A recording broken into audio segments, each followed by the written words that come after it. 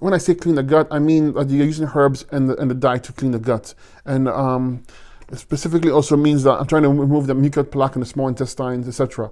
If you're getting diarrhea, this could be either a food reaction or things are breaking down in a bad way. Like usually people have Crohn's and stuff will get diarrhea.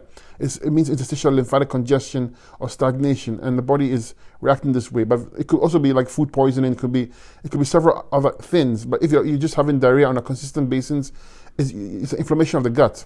So you have to remove the inflammation. And I would go on green drinks first if the body can tolerate it, and use the herbs for the gut, for the bowels, bowel strength tincture.